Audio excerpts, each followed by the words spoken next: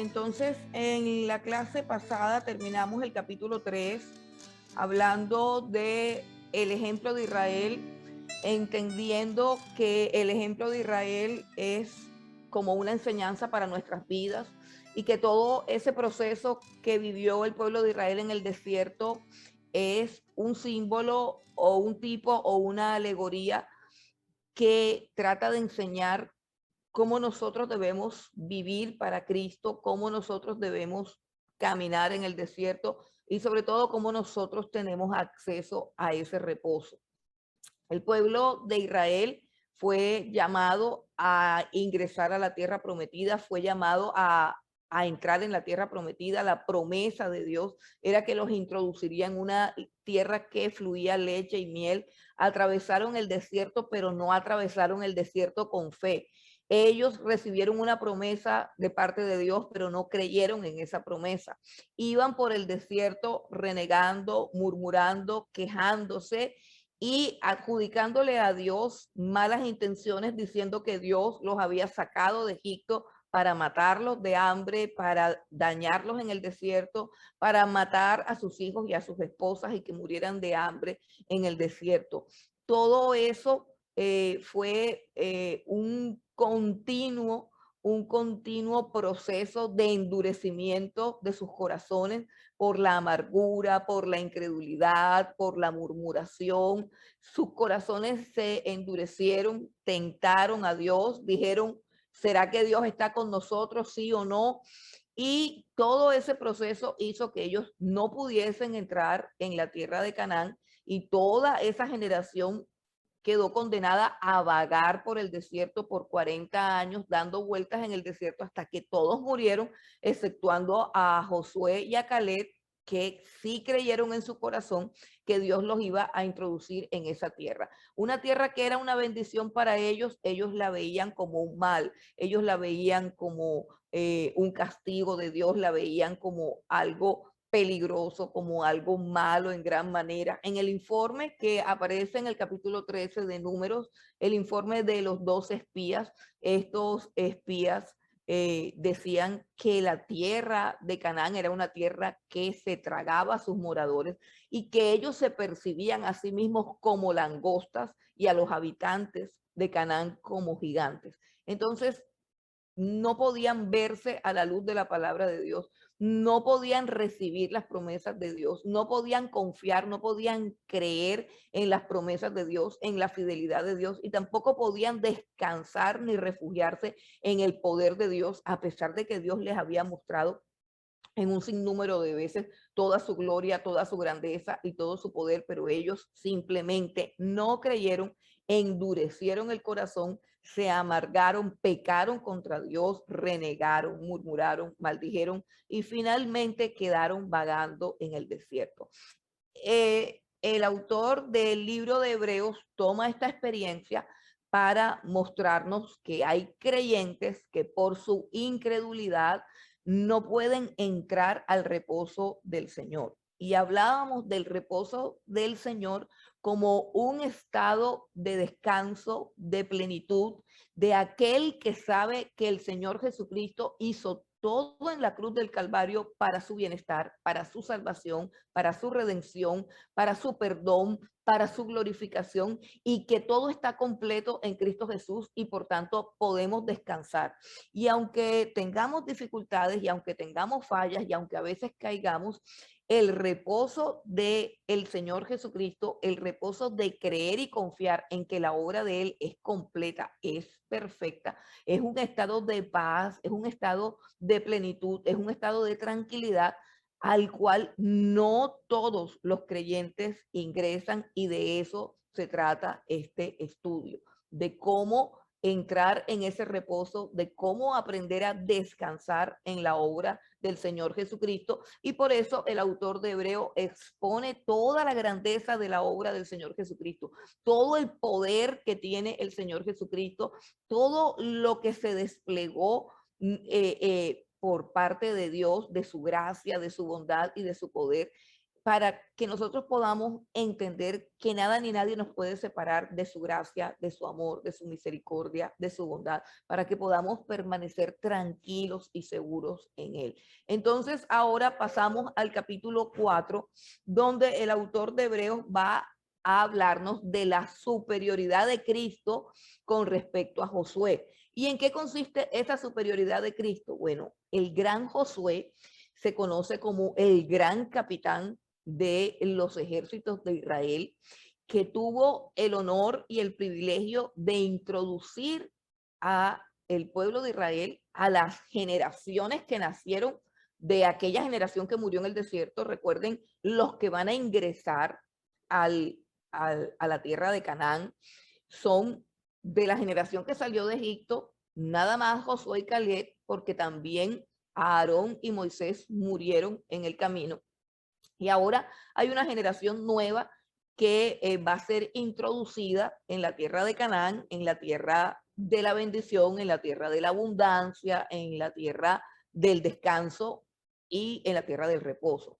¿Quién es esa persona que va a introducir al pueblo de Israel en la tierra de Canaán? Josué, el gran Josué, el general de los ejércitos de Dios, un hombre que se caracteriza porque es un hombre espiritual, lo llaman varón en el cual hay espíritu, y se refiere a esa capacidad de Josué de creer, de confiar, de siempre testificar. Recuerden, él fue uno de los que dijo, sí podemos entrar a la tierra prometida, sí podemos contra esos gigantes, porque el amparo de esos gigantes ha huido de ellos, mientras que Jehová está con nosotros. No los comeremos como a pan. Fueron las palabras de Josué y de Caleb, palabras de poder, de autoridad, de fe, de alguien que conoce el poder de Dios y que habita en la presencia de Dios. Josué fue el gran militar, el gran capitán de los ejércitos que logró introducir al pueblo de Israel en la tierra de Canaán, en la tierra prometida. Josué es honrado, recordado y exaltado precisamente por eso, porque él es el que ingresa a Israel a la tierra prometida. Más sin embargo, el autor de Hebreos lo está tomando aquí como ejemplo para resaltar la superioridad del Señor Jesucristo, porque el Señor Jesucristo nos dio un mejor reposo que el de la tierra de Canaán. Vamos al capítulo 4 y leemos del 1 al 13. Dice, temamos pues, no sea que permaneciendo aún la promesa de entrar en su reposo, alguno de vosotros parezca no haberlo alcanzado. Quiero que hagamos un alto antes de continuar con la lectura y nos detengamos en ese versículo que es supremamente importante. Capítulo 4 de Hebreos, versículo 1. Nuevamente leo, temamos, pues no sea que permaneciendo aún la promesa de entrar en su reposo, alguno de vosotros parezca no haberlo alcanzado. La primera palabra que escuchamos allí es temamos. Temamos tiene que ver con la reverencia y el temor a Dios.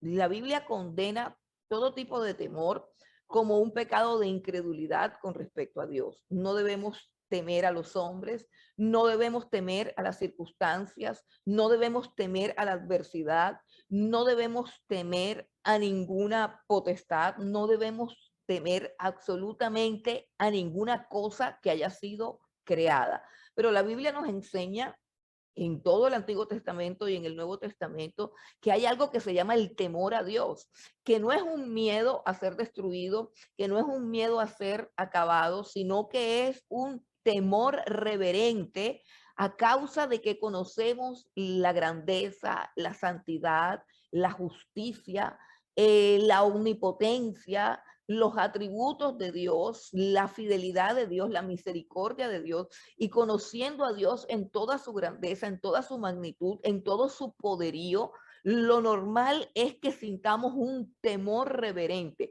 un temor al hecho de ofender a Dios. Eso se llama el temor a Dios y es una fuerza que nos santifica, es una fuerza que perfecciona nuestra vida y nuestra conducta.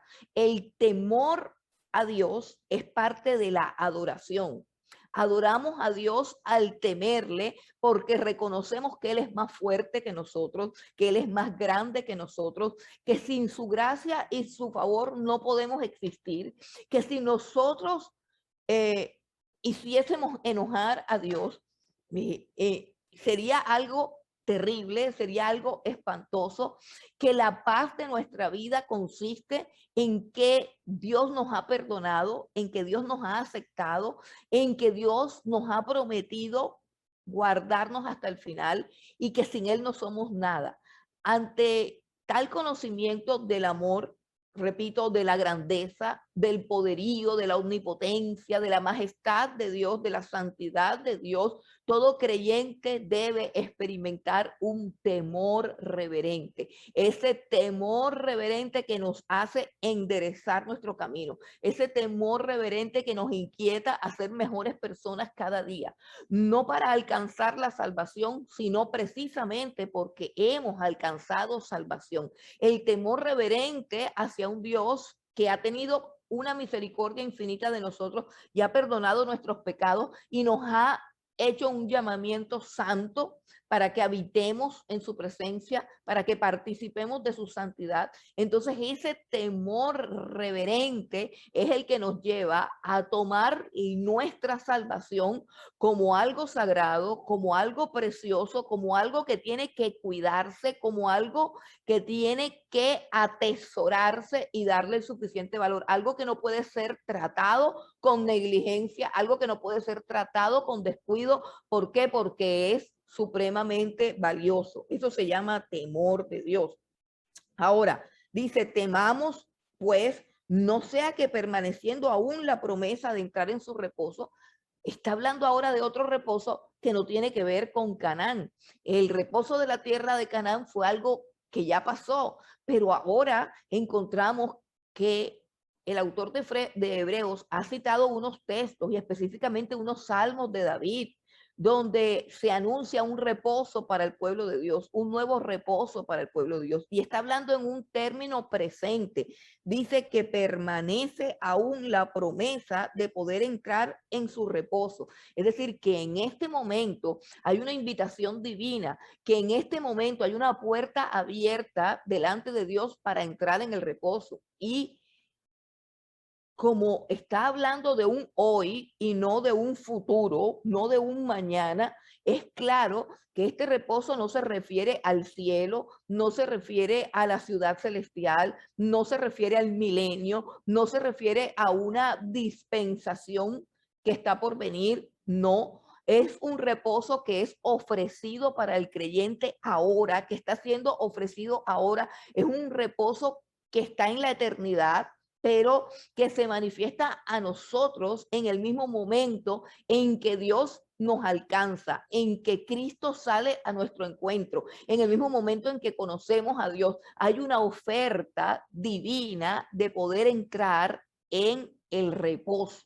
Hay una oferta divina. Miren qué interesante es esto para estos tiempos que estamos viviendo, donde la mayoría de las personas y sobre todo muchos creyentes, porque es normal la ansiedad, la depresión, la angustia, el pánico y todo en las personas que no tienen a Dios. Es una de las emociones completamente normales, experimentar los momentos históricos que estamos viviendo sin Dios y sin esperanza. Tiene que ser una experiencia supremamente frustrante, supremamente traumática, supremamente difícil. Así que es normal que el mundo esté yendo al psiquiatra, que el mundo esté tomando pastillas, que el mundo esté experimentando angustia, que el mundo esté experimentando depresión. Pero nos estamos enfrentando a algo, y es que en la iglesia, los cristianos nos estamos enfermando de enfermedades mentales, estamos padeciendo depresión, estamos padeciendo ansiedad, estamos experimentando ataques de pánico. Todos los creyentes estamos pasando por un proceso difícil y traumático. Es un momento espiritual bastante turbio. Hay mucha influencia en los aires para estresarnos, para angustiarnos, para oprimirnos. Hay una opresión en el mundo espiritual ¿cierto? Que se vive, que se siente, que se experimenta, pero la Biblia dice que hay un reposo que Dios nos ofrece, en el cual podemos entrar gratuitamente. Entonces, el autor de Hebreo está diciendo, temamos, o sea, debemos tener temor de que Dios nos esté ofreciendo ese reposo y que nosotros por incredulidad no estemos entrando en ese reposo. Es lo que quiere decir el autor de Hebreo, es decir, que así como a Dios le enojó la incredulidad que no permitió que esta generación entrara en la tierra prometida, que no permitió que cesara ese dar vueltas en el desierto, sino que finalmente quedaron condenados a dar vueltas en el desierto hasta morir. Así como Dios se enojó por causa de la incredulidad. ¿Y cuál era la incredulidad? Ellos no creyeron que iban a entrar en esa tierra. Ellos no creyeron que podían conquistar a todos los gigantes que habían en esa tierra. Ellos no creyeron que Dios iba a cumplir la promesa. Entonces, de la misma manera, cuando nosotros no entramos en el reposo que hoy Dios nos ofrece, ¿cuál es el reposo? El reposo de su presencia, el reposo de su paz, el reposo de su gracia, el reposo de su amor, el reposo de su plenitud. Ahora, ese es un reposo abierto, no para después de la muerte, no, después de que muramos habrá otro reposo mayor, habrá mayor gloria, pero ese no es el tema del libro de Hebreos, porque él está diciendo, tengan mucho cuidado, temamos, no sea que teniendo todos la oportunidad de entrar en ese reposo, alguno de nosotros no pueda entrar. Alguno de nosotros no puede entrar. ¿Y por qué no se puede entrar al reposo? Ya lo explicó, por incredulidad. Jesucristo nos da un reposo superior a la tierra de Canaán. O sea, el reposo que ofrece Dios en la persona de Cristo es superior a habitar en una tierra que fluye leche y miel. Vamos a seguir leyendo. Dice, porque también a nosotros, o sea, a nosotros la iglesia, se nos ha anunciado la buena nueva como a ellos. Es decir, así como a ellos se les dio un mensaje de que saldrían de la esclavitud y de que ingresarían a la tierra prometida, así nosotros también se nos ha predicado un evangelio donde Cristo nos liberta del pecado, donde Cristo perdona nuestro pecado, donde Cristo lava todas nuestras iniquidades, donde Cristo rompe todos nuestros yugos y nuestras cadenas, y todo eso lo hace Él en la obra del Calvario, y no a medias, sino que lo hace completo y perfecto. Entonces, esa es la oferta, eso es lo que se nos ha predicado, perdón de pecados, redención por su sangre, se nos ha predicado adopción como hijos de Dios, se nos ha predicado regeneración, la recepción del Espíritu Santo, se nos ha predicado el evangelio que contiene todo lo que yo pueda necesitar para que mi alma repose, para que mi alma descanse, y no sea que habiéndose predicado un evangelio tan completo y tan perfecto, resulta que haya personas que no estén viviendo en la dimensión de ese reposo, en la profundidad de esa paz, en la plenitud de los hijos de Dios. Continuemos. Dice nuevamente, porque también a nosotros se nos ha anunciado la buena nueva como a ellos, pero no les aprovechó el oír la palabra porque por no ir acompañada de fe en los que la oyeron. Pero los que hemos creído, lo que hemos creído en el evangelio, por supuesto, versículo 3, pero los que hemos creído entramos en el reposo de la manera que dijo, por tanto juré en mi ira, no entrarán en mi reposo, aunque las obras suyas estaban acabadas desde la fundación del mundo, porque en cierto lugar dijo así del séptimo día, y reposó Dios de todas sus obras en el séptimo día, y otra vez aquí no entrarán en mi reposo. Por lo tanto, puesto que falta que algunos entren en él, y a aquellos a quienes primero se les anunció la buena nueva no entraron por causa de desobediencia, es decir, la generación que salió de Egipto, otra vez, versículo 7, otra vez determina un día, hoy, diciendo, después de tanto tiempo por medio de David, como se dijo, si oyereis hoy su voz, no endurezcáis vuestros corazones. ¿Qué es lo que hace el autor de Hebreos aquí? Cita un salmo, el Salmo 95, versículos 7 al 8, que dice, si oyereis hoy su voz, no endurezcáis vuestros corazones. David escribió este salmo muchísimo después de que Josué entrara con, con el pueblo de Israel a la tierra de Canaán, muchísimo después. Entonces el autor de Hebreos está diciendo, existe otro reposo que no es entrar en Canaán. Existe otro reposo que no es ser judío. Existe un reposo mejor que el de Canaán, que el de ser judío, que el de todo lo que implica el judaísmo. Existe un reposo mejor y de ese reposo se habló después. Si el reposo de Dios fuese la tierra de Canaán, el rey David no hubiese escrito este salmo donde dice si oyeres hoy su voz. Y ese es un hoy que implica la eternidad de Dios, que es un hoy para los creyentes de la época de David, para los creyentes de la epístola a los hebreos, para todos los creyentes de todas las generaciones y para nosotros que hoy estamos estudiando la carta. Dice, si oyeres hoy su voz, o sea, si hoy, si en este momento tú escuchas el evangelio, si tú perteneces a la generación de ahora, del hoy, el evangelio es un llamado a venir y reposar. Continuemos leyendo. Dice, porque si Josué les hubiese dado el reposo, versículo 8, si Josué les hubiere dado el reposo, no hablaría después de otro día.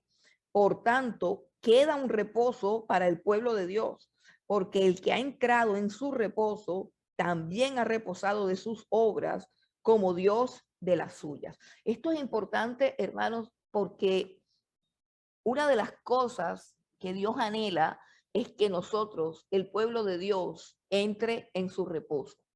Entrar en su reposo es tener paz, es hallar descanso para el alma, es reposar de las obras. Ese reposar de las obras se refiere a las personas que están tratando de ganar el favor de Dios a punta de obras. O sea, las personas que son legalistas, las personas que son religiosas, las personas que piensan, repito, que el perdón de Dios se obtiene maltratando su cuerpo, haciendo penitencia, autocastigándose por sus propios pecados, esforzándose por portarse bien en su propia fuerza, en su propia carne, y no han entendido la gracia, no han entendido que ya somos aceptos delante de Dios, que ya somos hijos de Dios, que ya somos herederos de Dios y que Dios ha preparado para nosotros el que andemos en buenas obras y que simplemente con la recepción de su espíritu y permaneciendo en la presencia de Dios y permaneciendo en su palabra, Dios obra en nosotros la salvación que ya fue ejecutada o que fue completada en la cruz del Calvario para nosotros. Cristo nos dio un mejor reposo, porque no es el reposo de entrar a una tierra rica donde hay abundancia material, donde hay comida, donde hay alimento, donde hay bendiciones materiales. No, nos ha dado el mejor reposo, que es el reposo del alma que está en paz con Dios. ¿Cómo entramos en ese reposo? En ese reposo entramos por fe. Vamos a Mateo 11:28, donde Jesús está haciendo un llamado precisamente a que entremos en ese reposo y lo hace con palabras sencillas que nosotros conocemos. Mateo 11, versículo 28 al 30. Miren lo que dice el Señor Jesucristo. Todos hemos oído esto. Dice, venid a mí todos los que estáis trabajados y cargados, y yo os haré descansar. Llevad mi yugo sobre vosotros y aprended de mí, que soy manso y humilde de corazón, y hallaréis descanso para vuestras almas, porque mi yugo es fácil y ligera mi carga. ¿Qué está haciendo Jesús allí? Está llamándonos a que entremos en ese reposo. ¿Y cómo entramos en ese reposo? O más bien, ¿reposo de qué? ¿Descansar de qué?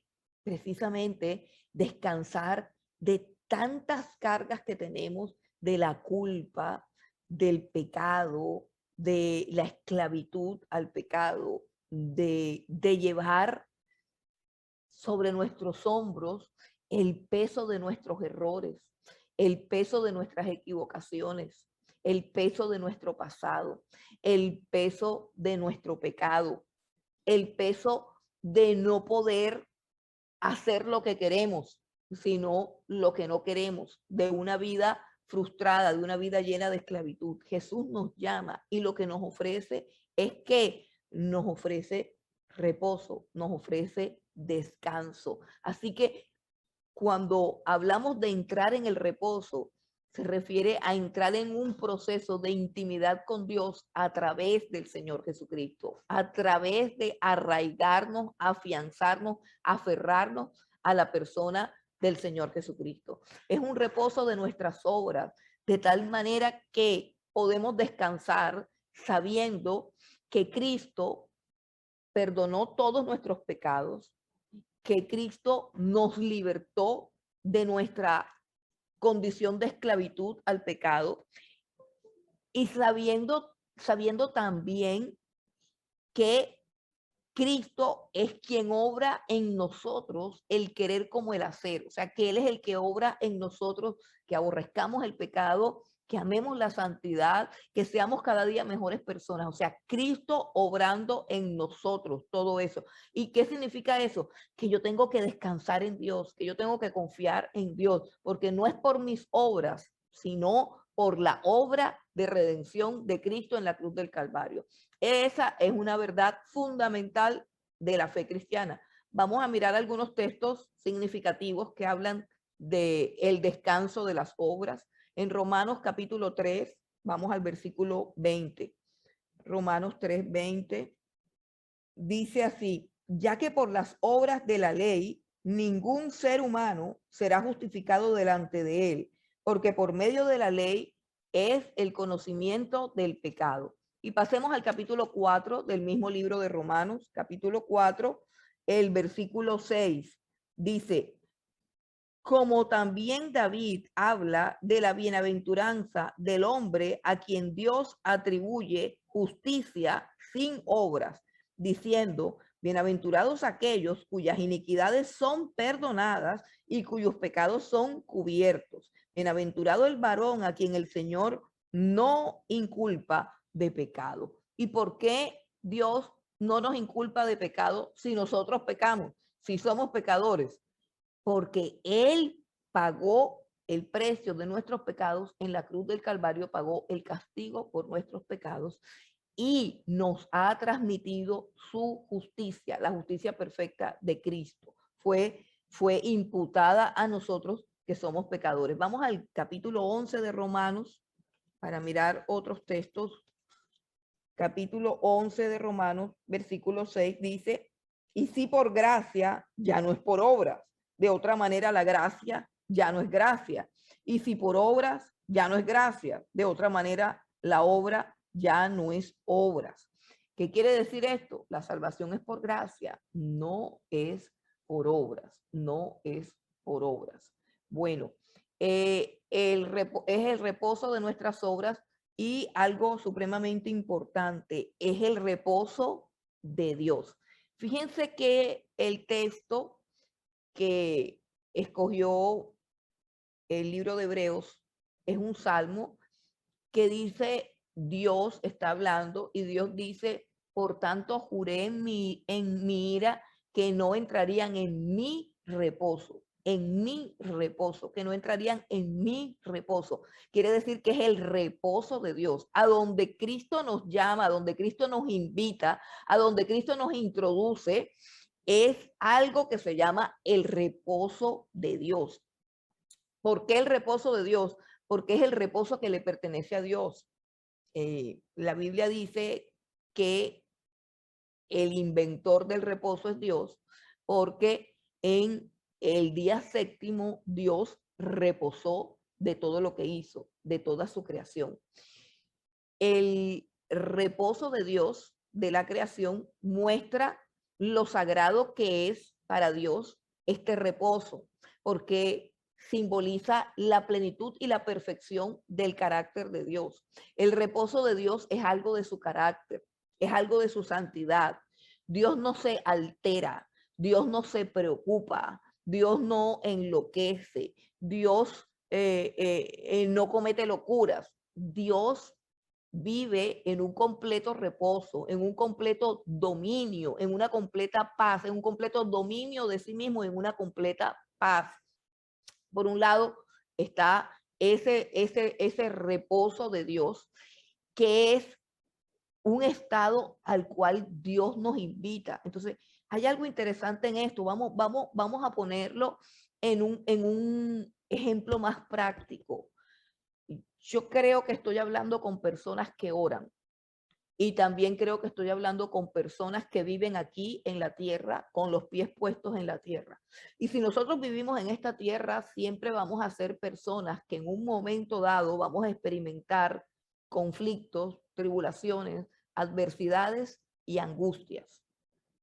En un momento dado. Eso puede ser una mala noticia, una enfermedad, un accidente, una quiebra, cualquier evento puede venir a nuestras vidas para producir en nosotros angustia, temor, incertidumbre. ¿Por qué me pasa esto aquí a mí? ¿Será que Dios se olvidó de mí? ¿Qué es lo que sucede? ¿Qué es lo que pasa? En fin, si nosotros vamos a la presencia de Dios en oración y derramamos en la presencia de Dios toda nuestra angustia, todos nuestros temores, todas nuestras ansiedades, todas nuestras preocupaciones, los que lo han hecho, los que lo saben hacer, pueden testificar que el resultado inmediato de la labor de buscar a Dios es paz.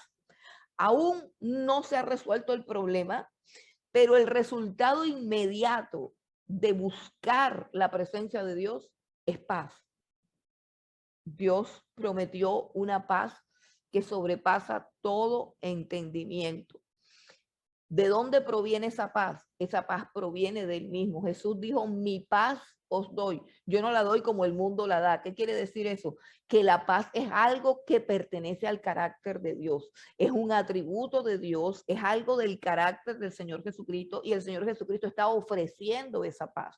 Pero ese reposo, ese descanso y esa paz solamente se encuentran ¿en dónde? En su presencia. La presencia de Dios es la tierra de Canaán para el verdadero creyente. Es la tierra donde entramos y podemos descansar de nuestras obras, de nuestros errores, de nuestros temores, del sentimiento de culpa, del sentimiento de incompetencia, del cansancio, del agotamiento, de las frustraciones, de los fracasos, de las tristezas. Podemos entrar siempre en ese reposo y experimentar paz, experimentar gozo, experimentar plenitud. No importa aún si hemos pecado. La Biblia dice que aún podemos entrar a ese reposo por la sangre preciosa del Señor Jesucristo. Es el reposo de Dios y está abierto de par en par para todos los cristianos que confían en Dios, que confían en Dios. Vamos entonces a continuar con el capítulo 4. Bueno, antes de pasar a este argumento doctrinal, estábamos hablando del reposo. Vamos a terminar la idea leyendo el versículo 11. En el versículo 11 hasta el versículo 13. Leamos del 11 al 13. Dice, procuremos pues entrar en aquel reposo para que ninguno caiga en semejante ejemplo de desobediencia. ¿Por qué está diciéndonos de esta manera que debemos entrar en ese reposo y que no entrar en ese reposo es desobediencia? Dios quiere que vivamos en paz. Dios quiere que vivamos en plenitud y Dios quiere que estemos completamente confiados en Él. Confiados en Él para todo, para salvación, para perdón de pecados, para alcanzar misericordia, para recibir fortaleza, para recibir consuelo, para recibir todo lo que necesitamos. Él dice, quiero que estén en mi reposo.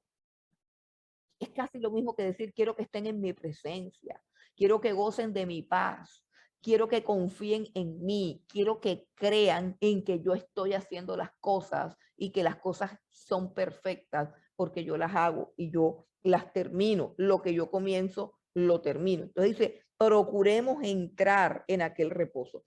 Y miren algo interesante. Por un lado, el reposo es descansar de las obras. O sea, no más voy a buscar la salvación por obra. Soy salva.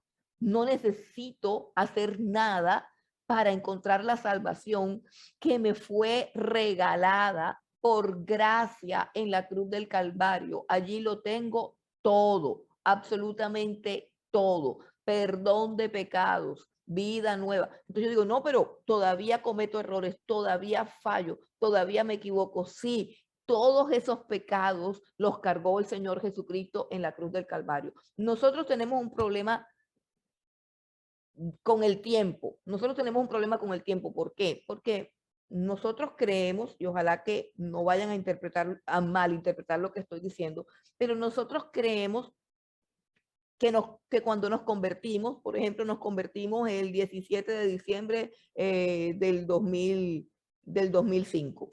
Entonces, nosotros creemos que Cristo murió en la cruz del Calvario y pagó por todos los pecados que cometimos hasta ese día. Que a partir de allí ya toca hacer algo para pagar con esos pecados. O sea, creemos que Cristo paga los pecados, paga por los pecados que cometemos exactamente hasta el día en que nos convertimos a Cristo. A partir de allí estamos obligados a andar en rectitud. Y nosotros sabemos que aún nos convertimos y el mismo día que nos convertimos no empezamos a andar en rectitud. Pasa mucho tiempo, vivimos muchas falencias, cometemos en el camino muchísimos errores y llegamos a pensar que Dios nos puede desechar por esos errores. Se nos olvida que la obra de redención fue planeada en la eternidad y que Jesucristo murió por nosotros antes de que nosotros cometiéramos todos los pecados. Es decir, si nosotros nos fijamos en la fecha de la muerte del Señor Jesucristo, ninguno de nosotros existía. Luego, todos los pecados que el Señor Jesucristo pagó en la cruz del Calvario por nosotros, o sea, todos los pecados nuestros que Él expió en la cruz del Calvario, eran pecados futuros, eran pecados que no habíamos cometido. Cristo muere en el momento en que Dios lo ha determinado, pero Él muere por nuestro pecado y por todas las manifestaciones pecaminosas de nuestra vida. Todas ellas están cubiertas por la sangre del Señor Jesucristo. Todo nuestro pasado, nuestro presente y nuestro futuro está cubierto por la obra expiatoria del Señor Jesucristo. Y más adelante vamos a ver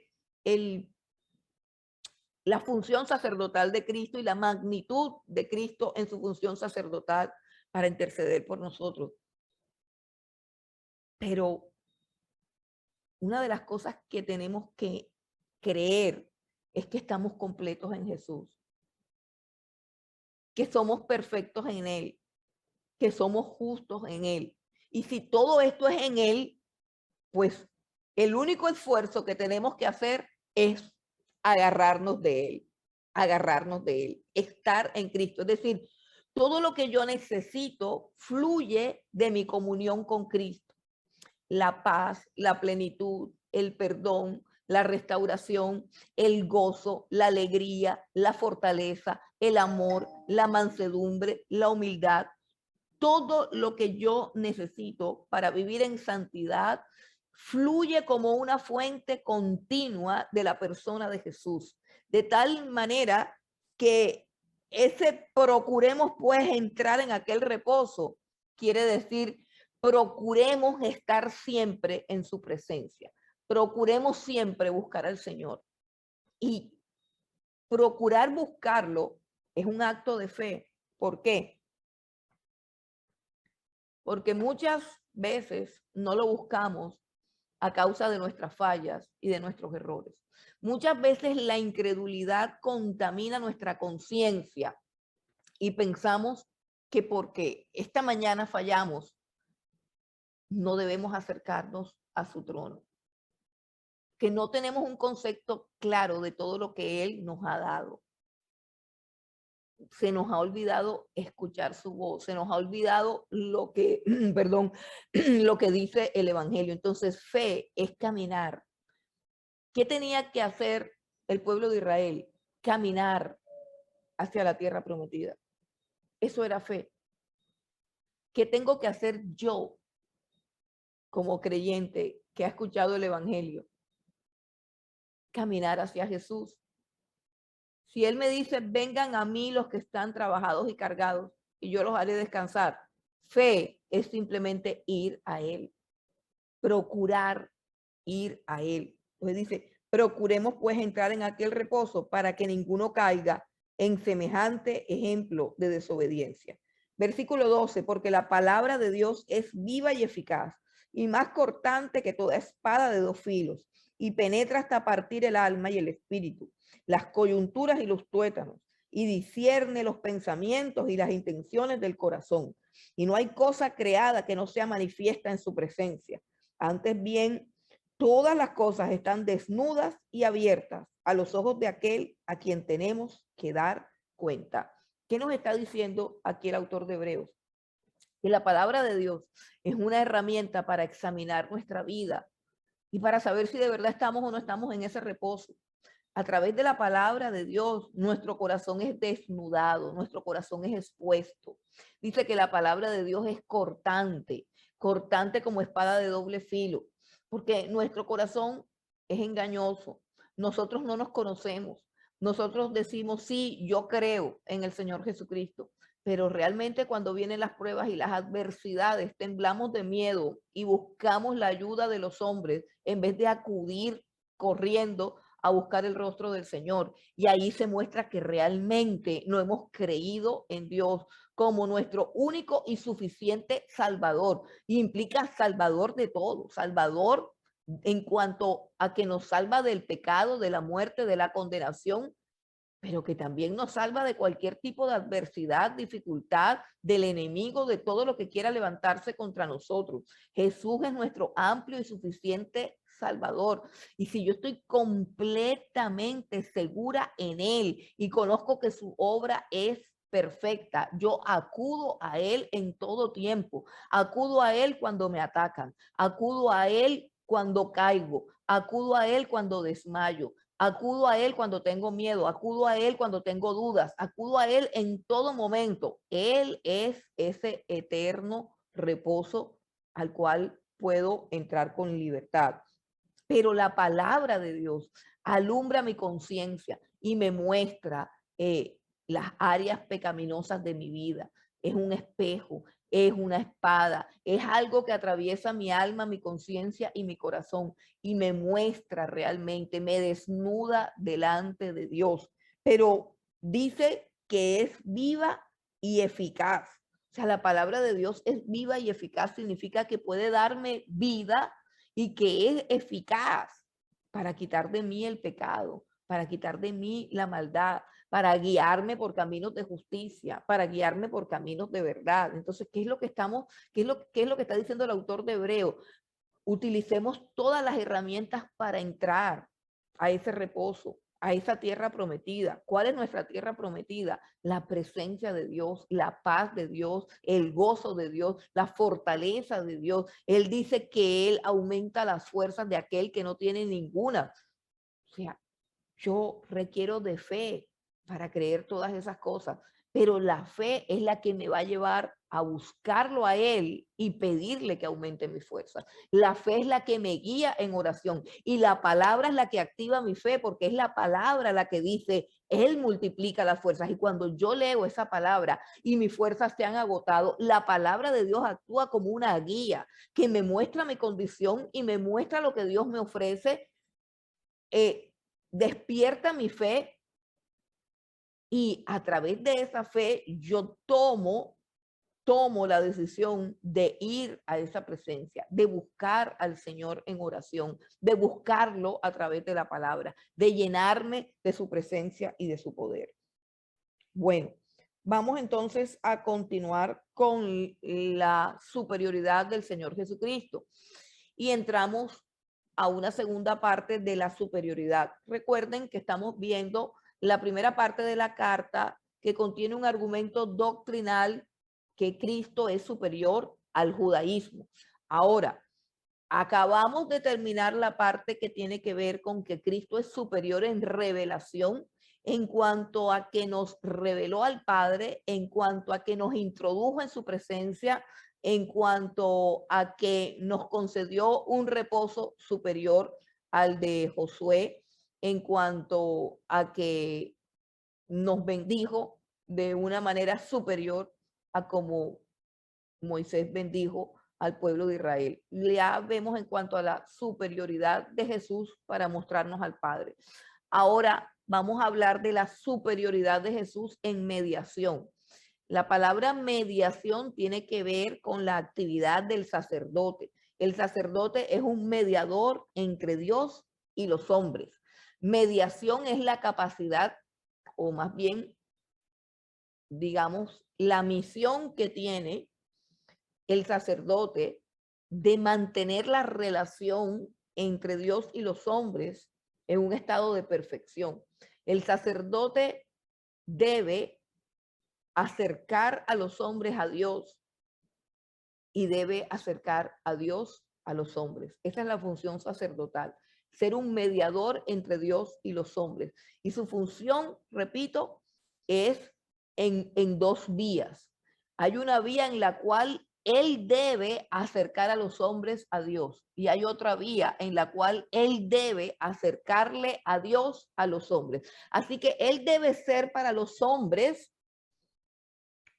un retrato de Dios y él debe ser delante de Dios un intercesor a favor de los hombres. Eso es mediación. Y el objetivo final de un sacerdote es lograr que Dios y los hombres se mantengan en perfecta comunión.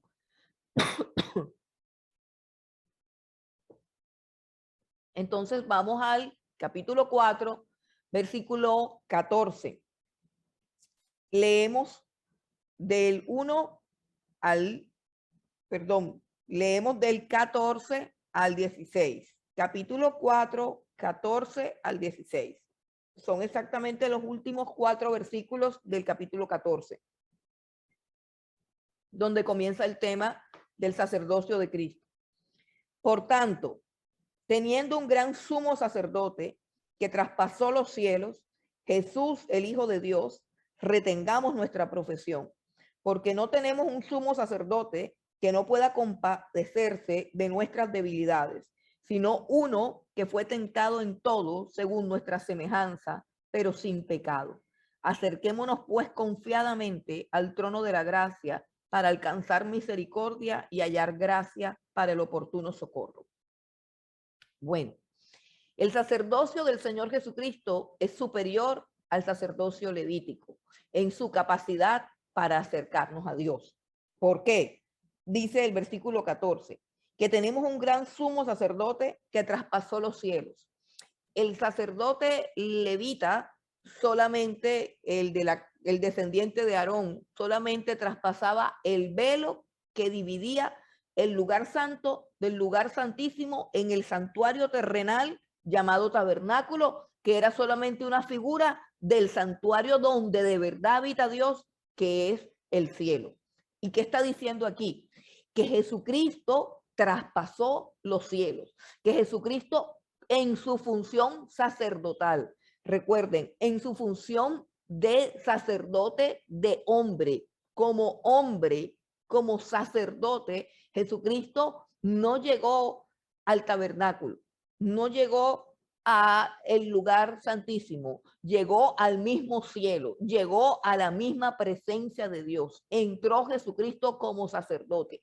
El sacerdote representa al pueblo, de tal manera que cuando el sacerdote entra a la presencia de Dios, está trayendo consigo al pueblo. No sé si ustedes recuerdan las vestiduras sacerdotales, porque acabamos de ver el libro de Éxodo.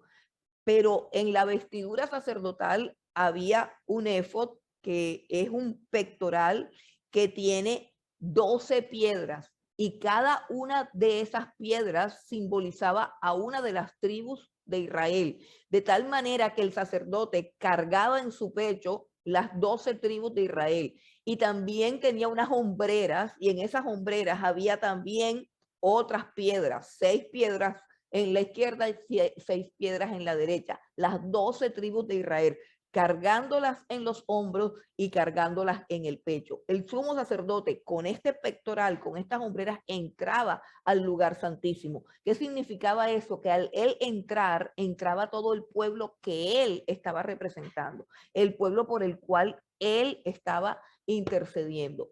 De tal manera que cuando Cristo traspasó los cielos, es lo que está diciendo el autor de Hebreos.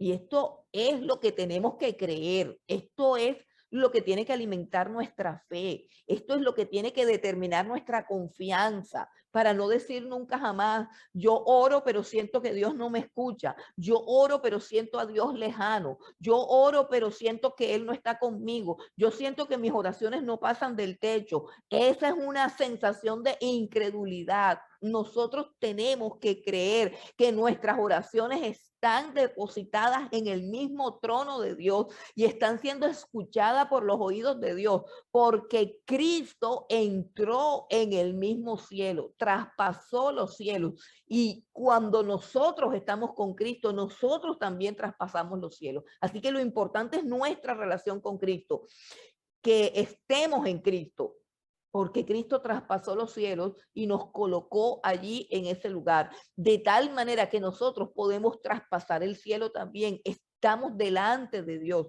por causa de la obra del Señor Jesucristo. Esta es nuestra fe. El autor de Hebreos está diciendo, tengan en cuenta esto. O sea, que Dios no se ha olvidado de nosotros, que Dios no nos ha abandonado, que Dios no nos ha dejado. No, miremos a Cristo. Él traspasó los cielos. Y si nosotros estamos en Cristo, estamos también allí con Él. Dice que traspasó los cielos. Versículo 14. Por tanto, teniendo un gran sumo sacerdote que traspasó los cielos, Jesús, el Hijo de Dios, retengamos nuestra profesión. O sea, retengamos nuestra fe, nuestra profesión, lo que decimos ser. Somos el pueblo de Dios, somos los hijos de Dios, somos la iglesia del Señor Jesucristo. Dice, ahora, ¿qué pasa con nuestros pecados? Porque no lo podemos creer. No podemos creer que en el mismo instante en que cerramos nuestros ojos y comenzamos a orar, estamos en el mismo trono de Dios. No lo podemos creer. ¿Por qué? Por causa de nuestros pecados. ¿Y por qué nuestros pecados son la causa? Por incredulidad, porque realmente no creemos en la obra expiatoria de la sangre de Jesús que limpió todos nuestros pecados. Mire lo que dice el versículo 15. Porque no tenemos un sumo sacerdote que no pueda compadecerse de nuestras debilidades. Y ahí la palabra debilidades se refiere a todas las fallas, a todos los pecados que cometemos sin querer, que no son pecados premeditados, porque ahora somos de Cristo y ninguno que es de Cristo quiere pecar. Pero aún así fallamos por nuestra debilidad. Ahora, ¿qué está diciendo? No tenemos un sacerdote que no se pueda compadecer de nosotros por causa de esas debilidades. Dice, porque no tenemos un sumo sacerdote que no pueda compadecerse de nuestras debilidades, sino que tenemos uno que fue tentado en todo según nuestra semejanza, pero sin pecado.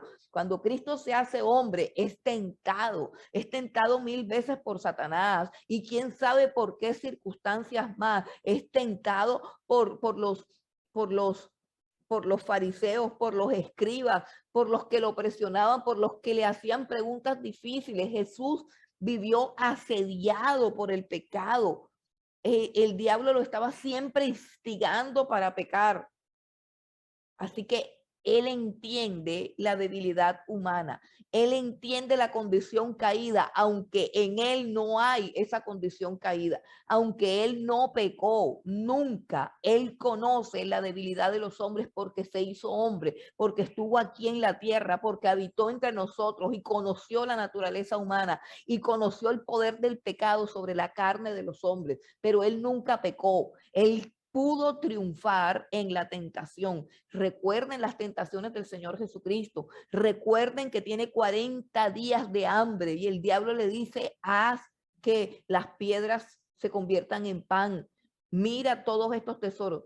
Todas esas tentaciones que están plasmadas allí y las que no están plasmadas y las que no conocemos y toda ese asedio de un mundo corrupto contra un hombre santo, justo y puro, y nunca pecó. ¿Qué significa eso? Que él pudo vencer la tentación, él pudo vencer todas las tentaciones, él pudo vencer todas las debilidades humanas, y eso lo hace competente ¿para qué? Para socorrernos a nosotros cuando somos tentados. Dice, sino uno que fue tentado en todo según nuestra semejanza, pero sin pecado. Acerquémonos pues confiadamente al trono de la gracia para alcanzar misericordia y hallar gracia para el oportuno socorro. Entonces, ¿qué está diciendo el autor de Hebreos? ¿Qué hay que hacer con el pecado? Hay que tratar el pecado con la fe de que el Señor Jesucristo ya hizo lo que necesitaba hacer para que ese pecado no nos condenara, para que ese pecado no nos manchara. Él hizo todo en la cruz del Calvario y Él tiene el poder para libertarnos de ese pecado. ¿Qué hacemos con el pecado que nos asedia? ¿Qué hacemos con las debilidades propias de nuestra carne? ¿Qué hacemos con nuestros vicios, con nuestros malos hábitos, con nuestras malas costumbres, con las cosas que aún quedan? ¿Qué hacemos cuando en un momento dado por descuido, por necedad, pecamos, caemos y hacemos algo malo? ¿Qué hacemos? Nos apartamos de Dios porque Él es santo y nosotros somos pecadores. Eso es incredulidad. Fe es que yo entienda que puedo entrar confiadamente con mi suciedad y con mi maldad y que puedo encontrar misericordia. ¿Qué es misericordia? Voy a encontrar a un Dios que me ama con un amor compasivo, con un amor en el que siente compasión por mi condición pecaminosa. Y eso solamente se da en la persona de Jesús.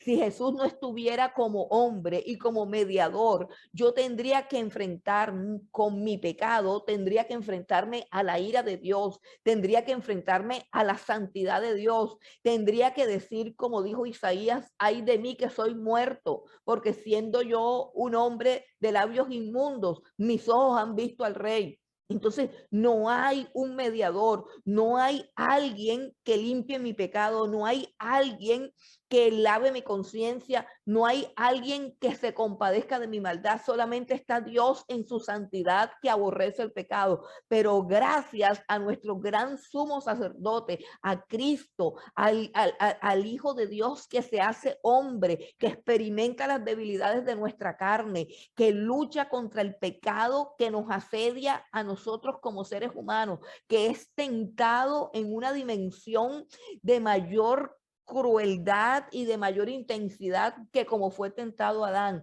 Él que vence todo eso y que nos conoció en nuestra miseria, que nos conoció en nuestro pecado. Él siente compasión de nosotros. Él no nos está esperando en el trono de la gracia para decirnos, viste, te lo dije, has fallado. No, tenemos un sumo sacerdote que cuando nos ve caer siente compasión y despliega su misericordia.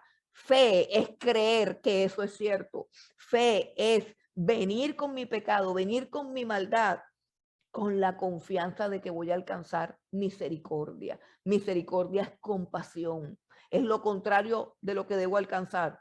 Juicio, castigo, condenación. Pero ahora, gracias al sacerdocio del Señor Jesucristo, allí en el trono de Dios, allí en el lugar santísimo, allí en el cielo mismo, hay un gran sumo sacerdote que me ve con compasión, que me ve con misericordia. Así que cuando yo peco, lo primero que tengo que hacer con total confianza y con total seguridad es acudir a ese trono para encontrar dos cosas que necesito como pecador. Necesito su misericordia. Versículo 16. Acerquémonos pues confiadamente, o sea, con la confianza de que voy a encontrar estas dos cosas para mi pecado. Voy a encontrar en el trono de la gracia, miren eso, es el trono de la gracia, no es el trono del juicio, no es el trono del castigo.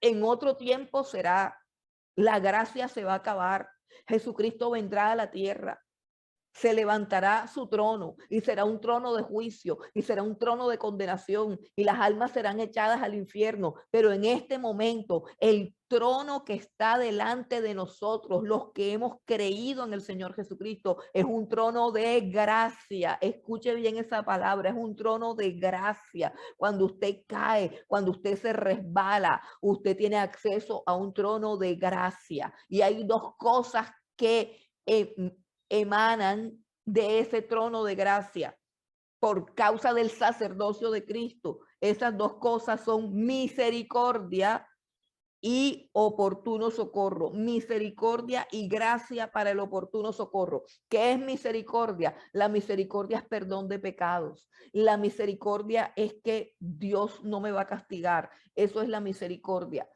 Y gracia es que Dios me va a socorrer, es decir, me va a dar el poder para vencer ese pecado que me asedia. Me va a dar el poder para vencer, para librarme y no tener que seguir cometiendo el mismo pecado. ¿Por qué seguimos cometiendo el mismo pecado? ¿Por qué seguimos pecando? Porque nos alejamos del trono de la misericordia y de la gracia. Dos cosas necesita el pecador: misericordia y gracia. Gracia no es solo perdón. Gracia es el poder de Dios para vencer por la tentación. Y ese poder proviene ¿de quién? De Jesucristo. Así como Jesucristo venció al diablo en una tentación tan fuerte, ese mismo poder de Jesucristo lo recibo cuando me acerco a ese trono y puedo vencer el pecado. Pero si nosotros abrazamos el pecado en un estado de desconfianza y de incredulidad y decimos, no, esto es muy grave, yo no tengo remedio, yo no tengo salvación, no voy a orar, no voy a buscar su rostro, ya no hay salida para mí, me voy a quedar ¿qué? Vagando en el desierto y no voy a entrar en el reposo de Dios, no voy a entrar en esa transformación, en esa comunión con Dios, en todo eso que Dios ofrece para mi vida aquí y ahora. Por eso dice hoy. Bueno, continuamos entonces. El sacerdocio de Cristo es superior porque nos introduce a la misma presencia de Dios y porque abre para nosotros dos bendiciones que son misericordia para el pecador y gracia para que sea libre de su pecado. Vamos a continuar con el tema de la superioridad. Me volé un punto acá en lo que tiene que ver con la superioridad del Señor Jesucristo en cuanto a su sacerdocio y en cuanto a su mediación, que está en el capítulo 5, versículo 1. Dice, porque todo sumo sacerdote, y esto es supremamente importante y lo iba a pasar por alto, dice, porque todo sumo sacerdote tomado de entre los hombres es constituido a favor de los hombres en lo que a Dios se refiere para que presente ofrendas y sacrificio por los pecados. Este versículo es supremamente importante. Hebreos 5:1. Vamos a leerlo de nuevo.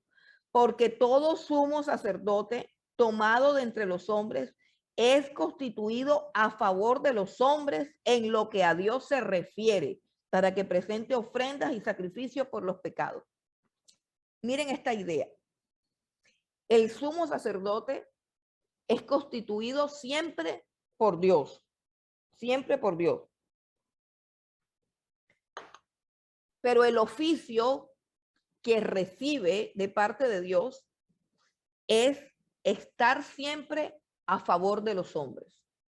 Yo siempre pongo un ejemplo para que el sacerdocio de Cristo quede claro.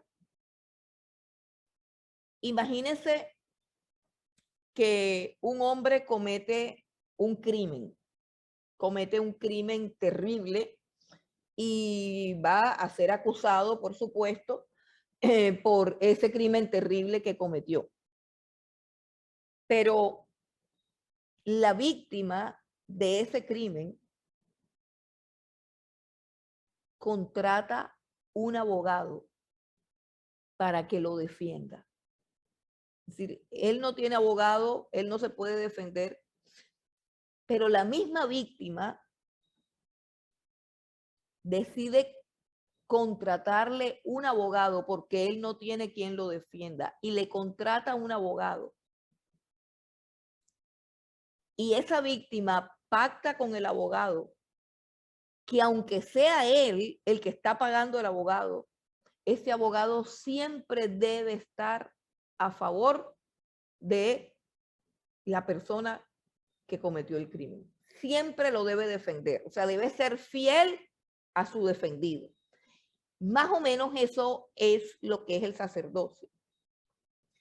Ustedes recuerdan que se decía, perdón, se hablaba de la fidelidad de Moisés y veíamos que Moisés había sido fiel al que lo constituyó, que es Dios, el que lo constituyó como intercesor, como guía, como siervo de su casa.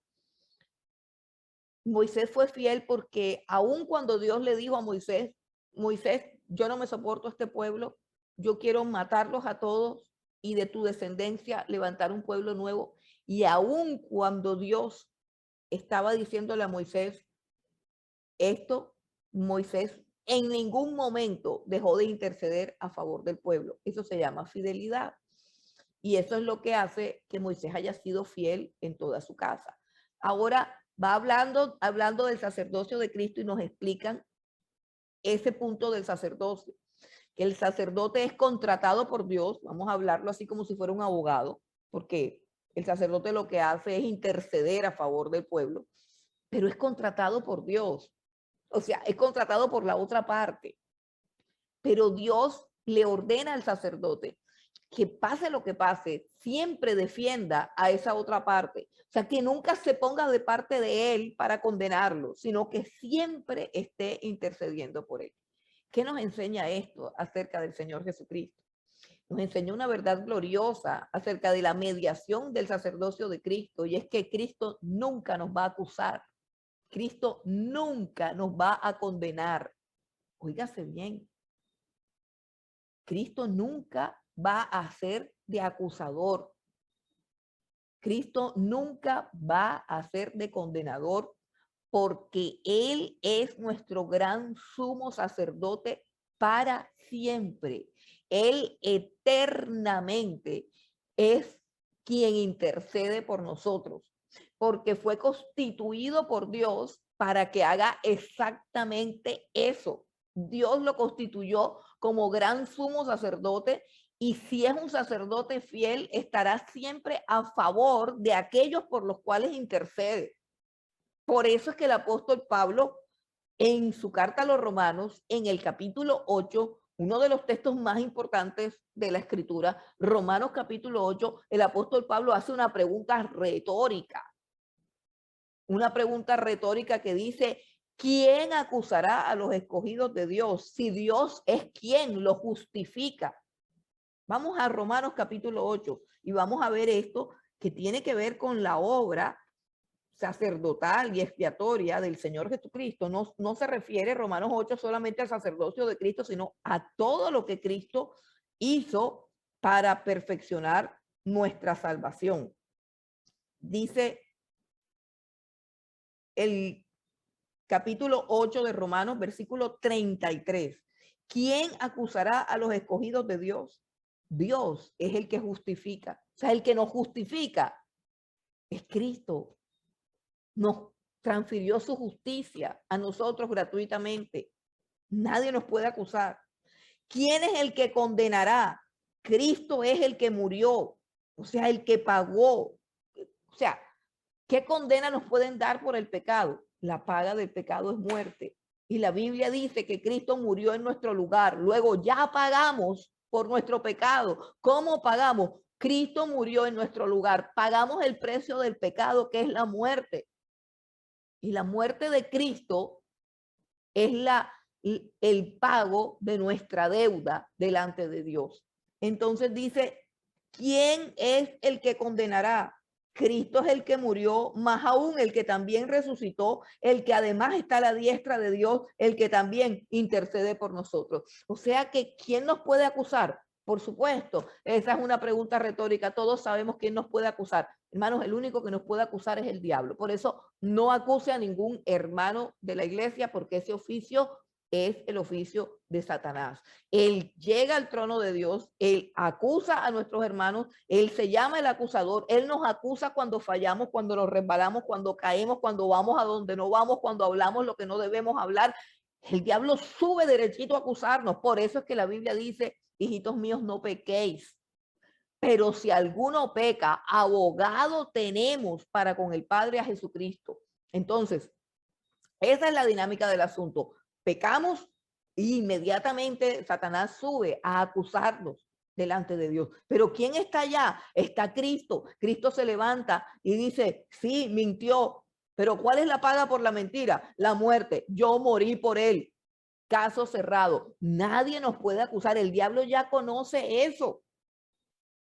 Y además de que él pagó por el pecado, está intercediendo a nuestro favor siempre, siempre, porque él no puede negarse a sí mismo, porque él no puede dejar el sacerdocio para el cual lo instituyó el Padre. Eso es lo que dice el capítulo 5, versículo 1, porque todo sumo sacerdote es tomado de entre los hombres y es constituido a favor de los hombres, no en contra de los hombres, a favor de los hombres en lo que a Dios se refiere, para que presente ofrendas y sacrificios por los pecados.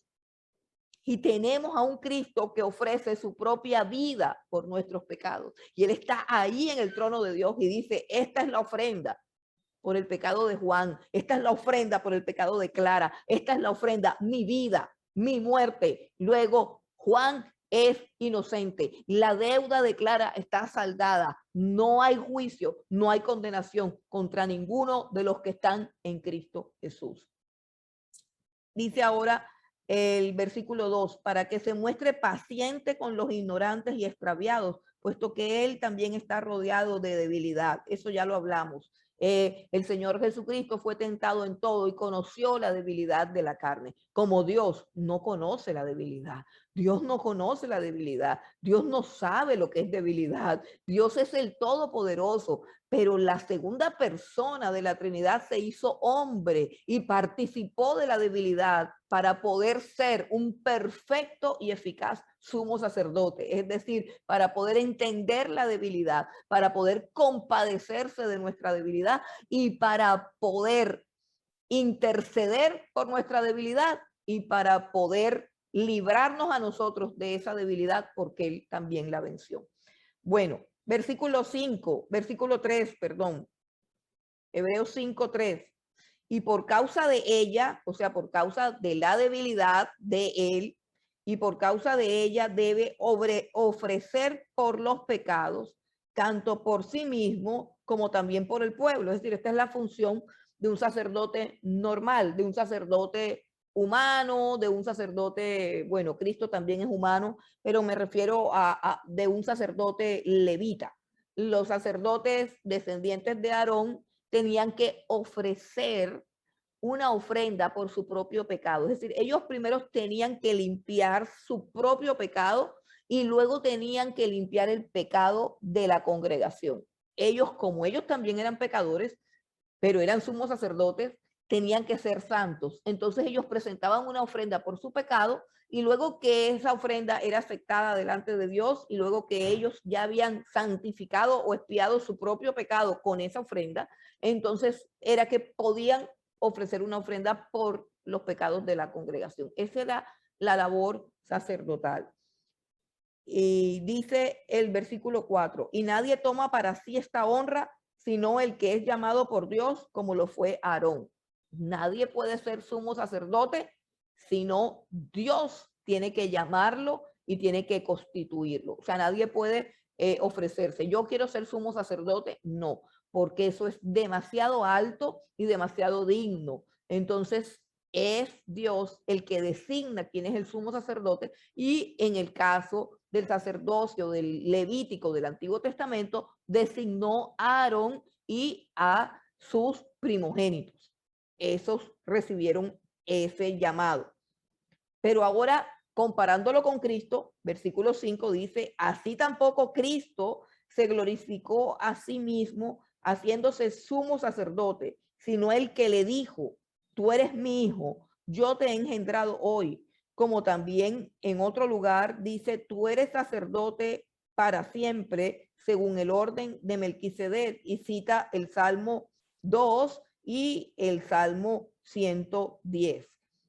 El llamado o la institución del Señor Jesucristo como sumo sacerdote fue algo que se dio en la eternidad. Recordemos que Melquisedec es un personaje que aparece en la historia y que al no tener padre ni madre y al no decir la Biblia ni cuándo nació ni cuándo murió, es representante del sacerdocio eterno del Señor Jesucristo, que no terminará nunca. Jesucristo como hombre será nuestro fiel sumo sacerdote por toda la eternidad. Por eso el sacerdocio de Cristo no pertenece al orden levítico, sino que pertenece al orden de Melquisedec, ¿cierto? Bueno, eso ya lo estaremos mirando.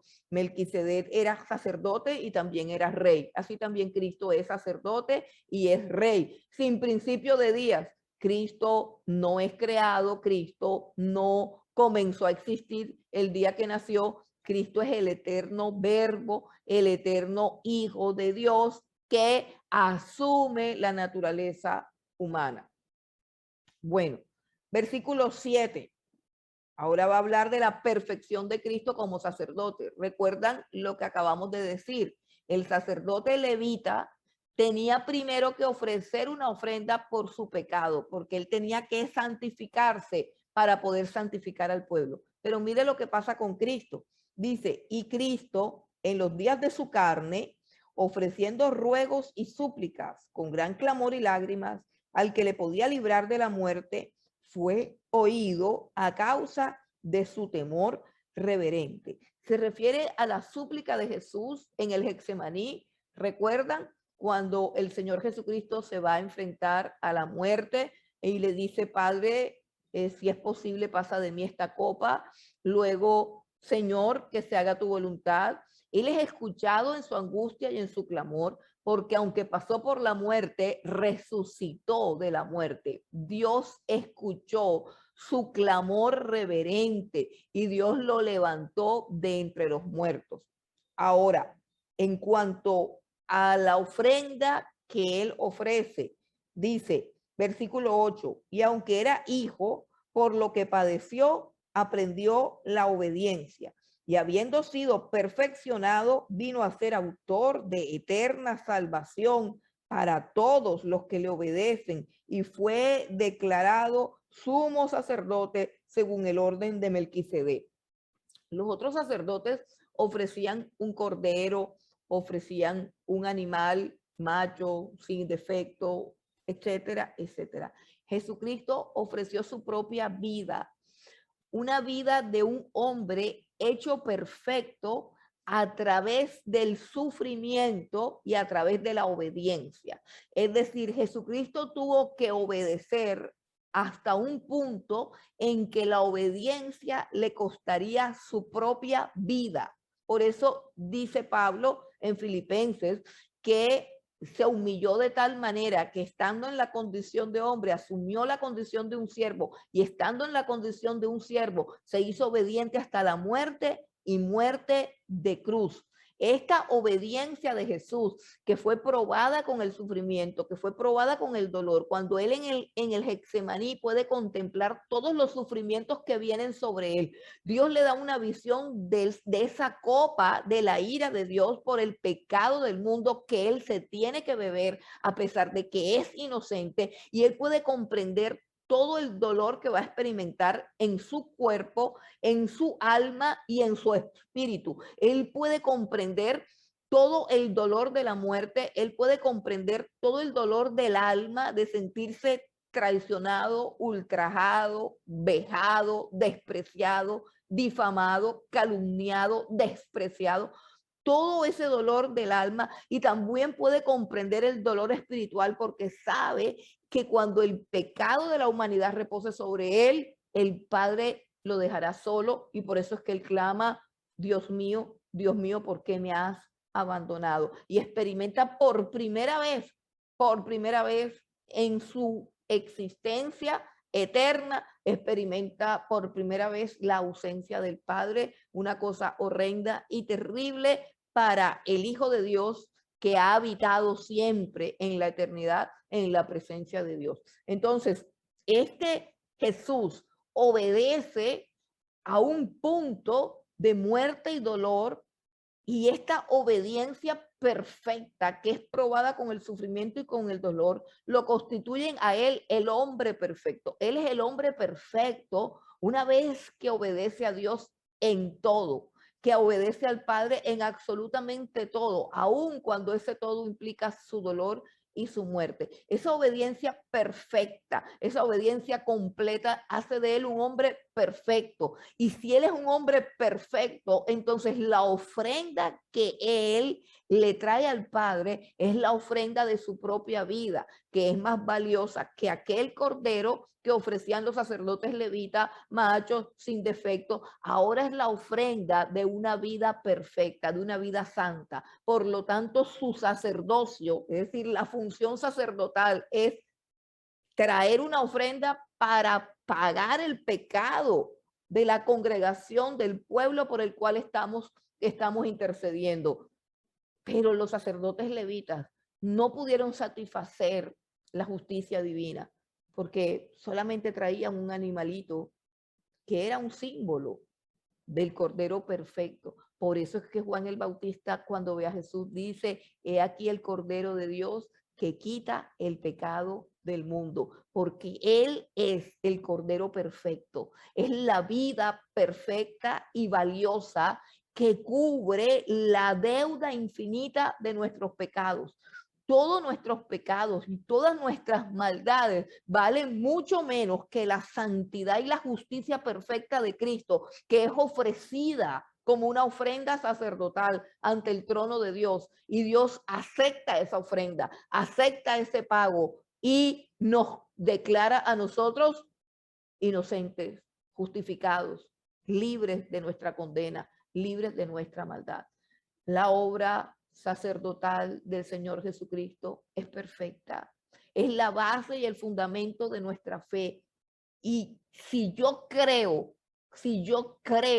en esta obra y creo que es perfecta y creo que es suficiente, si creo que el sacerdocio de Cristo es eficaz para combatir mi pecado y traerme a la presencia de Dios, luego yo tengo que ir a esa presencia, yo tengo que entrar confiadamente porque he creído y por eso me acerco al trono de la gracia y disfruto de la presencia de Dios, disfruto del reposo de Dios, disfruto de la paz de Dios. Eso es lo que Cristo ha hecho por nosotros y es lo que está haciendo en este momento, interceder por nosotros. El trono de la gracia está abierto. Hay allí siempre misericordia y gracia y oportuno socorro. Bueno, vamos entonces, ahora sí creo que vamos a la advertencia, sí, ahora sí vamos a pasar a la advertencia número 3, que se llama el peligro de la inmadurez. Capítulo 5, versículo 11. Acerca de esto tenemos mucho que decir y difícil de explicar por cuanto os habéis hecho tardos para oír. Porque debiendo ser ya maestros después de tanto tiempo, tenéis necesidad de que se os vuelva a enseñar cuáles son los primeros rudimentos de las palabras de Dios. Y habéis llegado a ser tales que tenéis necesidad de leche y no de alimento sólido. Y todo aquel que participa de la leche es inexperto en la palabra de justicia porque es niño. Pero el alimento sólido es para los que han alcanzado madurez, para los que por el uso tienen los sentidos ejercitados en el discernimiento del bien y del mal. Hay algo muy claro aquí que debemos recordar. Debemos recordar la gran comisión. Cristo estuvo por espacio de 3 años con 12 hombres, 12 discípulos. Cuando él resucita, se le aparece a los 12 discípulos y les dice: toda potestad me ha sido dada, por tanto, id y haced discípulos, enseñándoles que guarden todas las cosas que yo les he mandado y bautizándolos en el nombre del Padre y del Hijo y del Espíritu Santo. Y he aquí que yo estoy con vosotros todos los días hasta el fin del mundo. Jesucristo es el maestro de maestros. Los 12 fueron sus discípulos. Por 3 años les enseñó los caminos de Dios. Y luego de su resurrección, les dice a ellos que ellos se deben convertir en maestros y que ellos deben ir por el mundo haciendo discípulos. Y en eso consiste la iglesia del Señor Jesucristo, en ser maestros y hacer discípulos. Entonces, hay algo importante. Hay un momento en el que soy discípulo y hay un momento en que tengo que empezar a ser maestros. Y eso se tiene que dar en el tiempo. Eso se tiene que dar en el tiempo. Mire lo que dice claramente el versículo 12. Porque debiendo ser ya maestros después de tanto tiempo. ¿Qué quiere decir esto, hermano? Que el tiempo que vivimos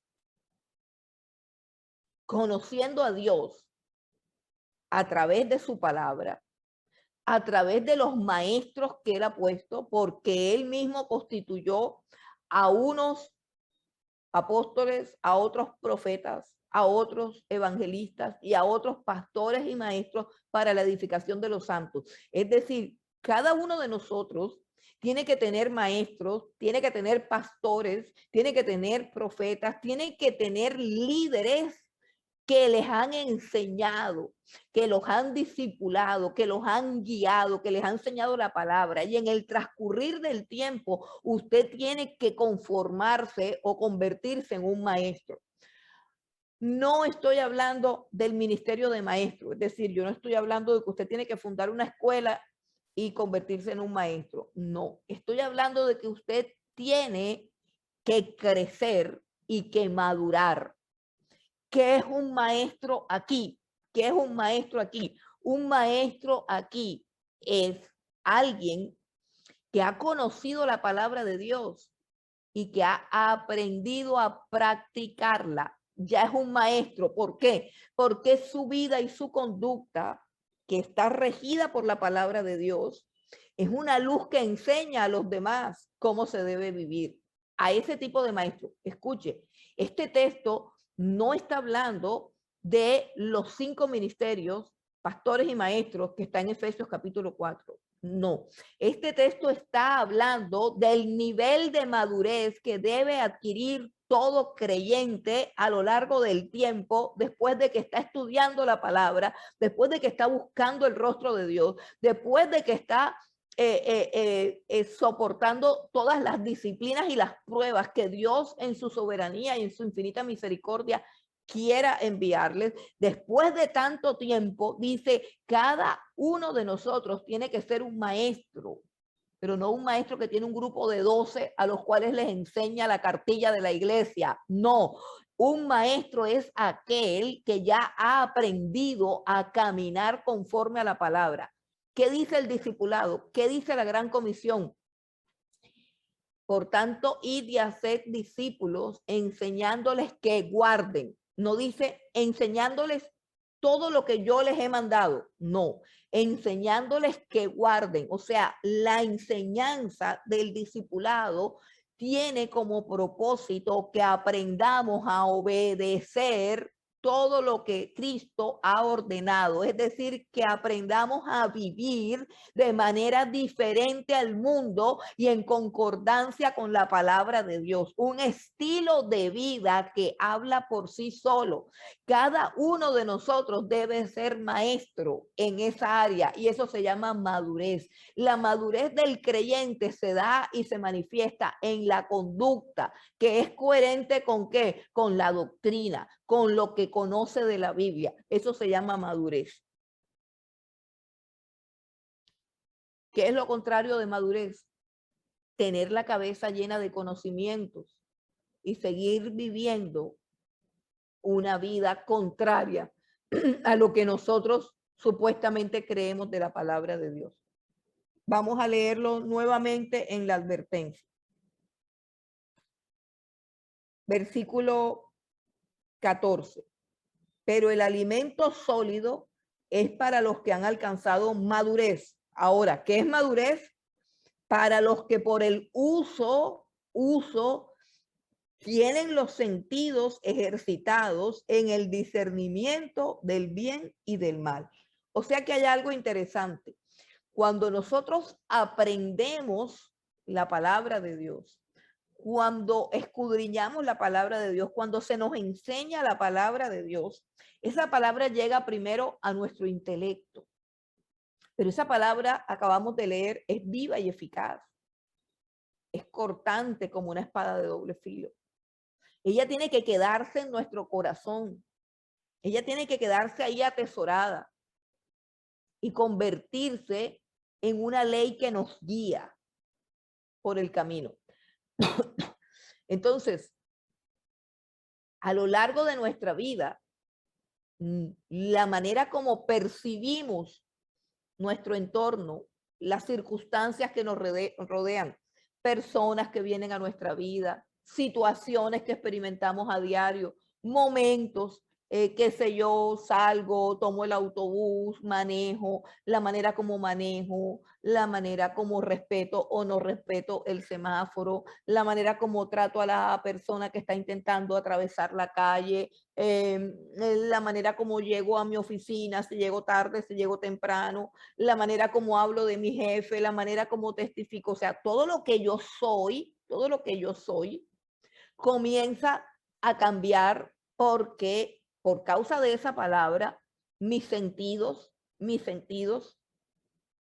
se han ejercitado y han alcanzado una capacidad para discernir lo bueno de lo malo, de tal manera que ya no soy un creyente inmaduro que pregunta, ¿y esto es malo o esto es bueno?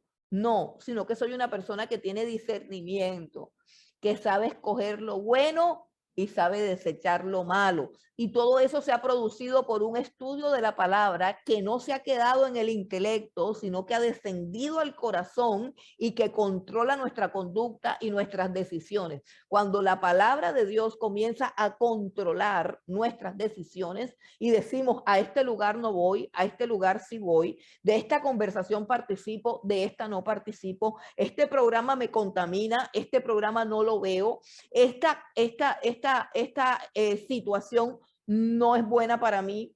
Cuando yo comienzo a decir no y a decir sí, con base en el discernimiento espiritual que me ha producido el estudio de la palabra de Dios, entonces me convierto en una persona madura, una persona que sabe reaccionar, que sabe actuar, que sabe responder, que se sabe conducir con base en los principios de la Biblia. Entonces ya mi vida no está divorciada de la doctrina, no está divorciada de la palabra, sino que mi vida está controlada por la palabra de Dios, porque esa palabra de Dios está en mi corazón y ha abierto mis sentidos, ha abierto mis ojos, mis oídos y me ha dado una capacidad para identificar el pecado, para identificar el error, para identificar la mentira, para identificar las cosas que me pueden contaminar. Eso es madurez. Y las personas maduras son las que pueden estudiar la profundidad de la palabra de Dios. Las personas maduras son las que pueden crecer. Esta es una advertencia contra la inmadurez, contra las personas que tienen años en el evangelio, pero no saben todavía discernir entre lo bueno y lo malo, porque no saben nada acerca de la palabra de Dios. Y si bien es cierto que la iglesia, los líderes de la iglesia, los pastores y los ministros son los mayores culpables de la ignorancia de la iglesia y de la inmadurez de la iglesia. Una iglesia inmadura que participa de cosas de las que no debe participar y por otro lado se abstiene de cosas que no tienen ningún pecado y que no tienen ninguna maldad. Una iglesia que no tiene discernimiento, que no tiene madurez y que no tiene la capacidad de recibir alimento sólido. ¿Qué es alimento sólido? Verdades más profundas.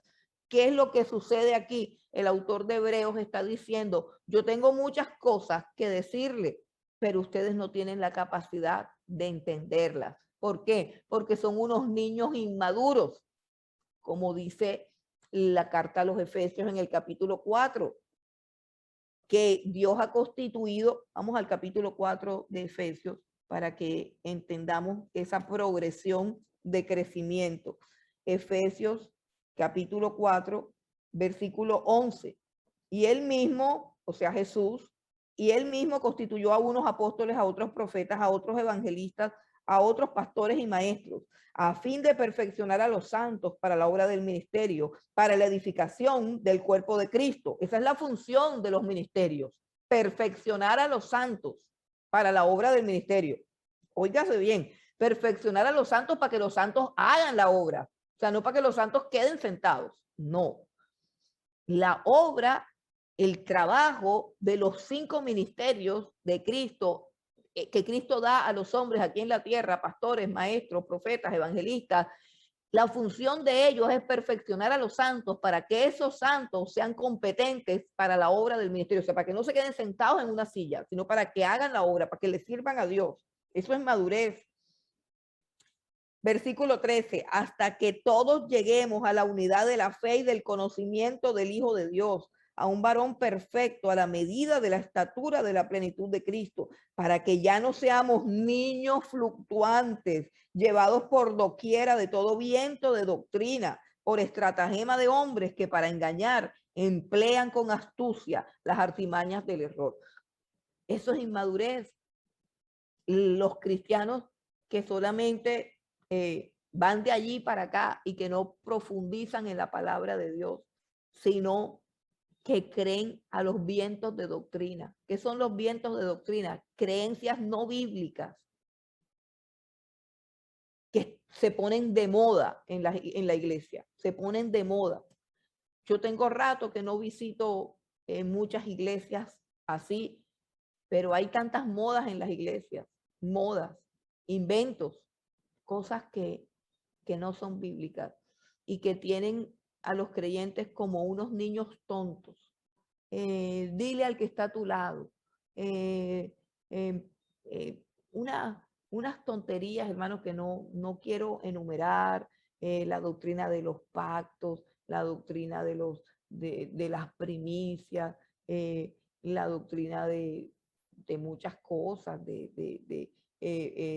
cosas de confesión positiva, doctrina de la prosperidad, que todo lo que pise la planta de tu pie es una enseñanza salida de contexto. Escucho tantas cosas y que la transferencia de espíritus, una cantidad de cosas locas que no tienen ningún fundamento bíblico y a veces cuando lo tienen es una adulteración de la palabra, tuercen la escritura para que enseñe cosas que no son. Entonces, debiendo ser ya maestros, esta es la advertencia.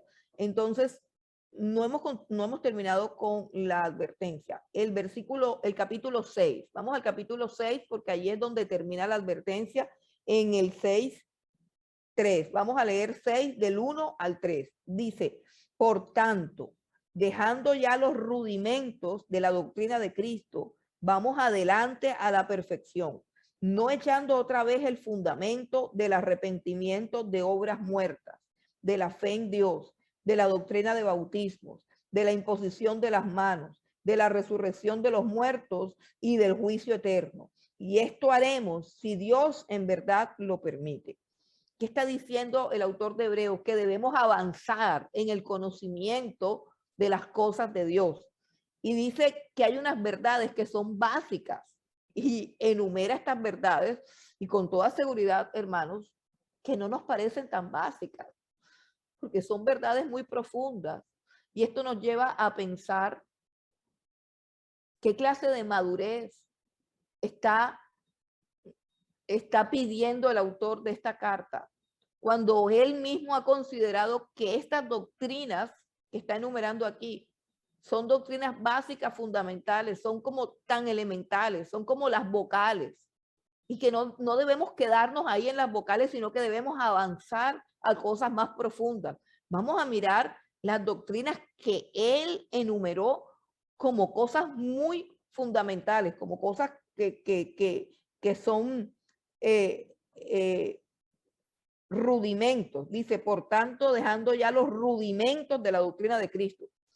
La palabra rudimento significa lo elemental, lo mínimo, lo básico.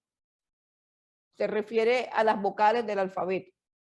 Entonces, cuando dice, dejando ya los rudimentos de la doctrina de Cristo, vamos adelante a la perfección.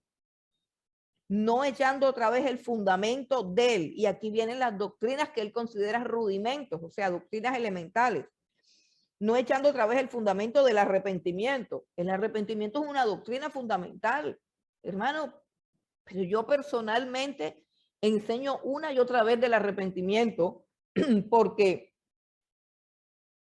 conozco creyentes que no han tenido una experiencia con el arrepentimiento porque tampoco tienen un conocimiento de la doctrina del pecado y no tienen una conciencia clara de su propio pecado y por supuesto tampoco han experimentado el arrepentimiento, que es la puerta por donde se entra a la salvación y a la vida eterna. Entonces, el arrepentimiento sí es una doctrina elemental y dice, ya tenemos que dejar de estar con el cuento del arrepentimiento, ya tenemos que avanzar a algo mejor.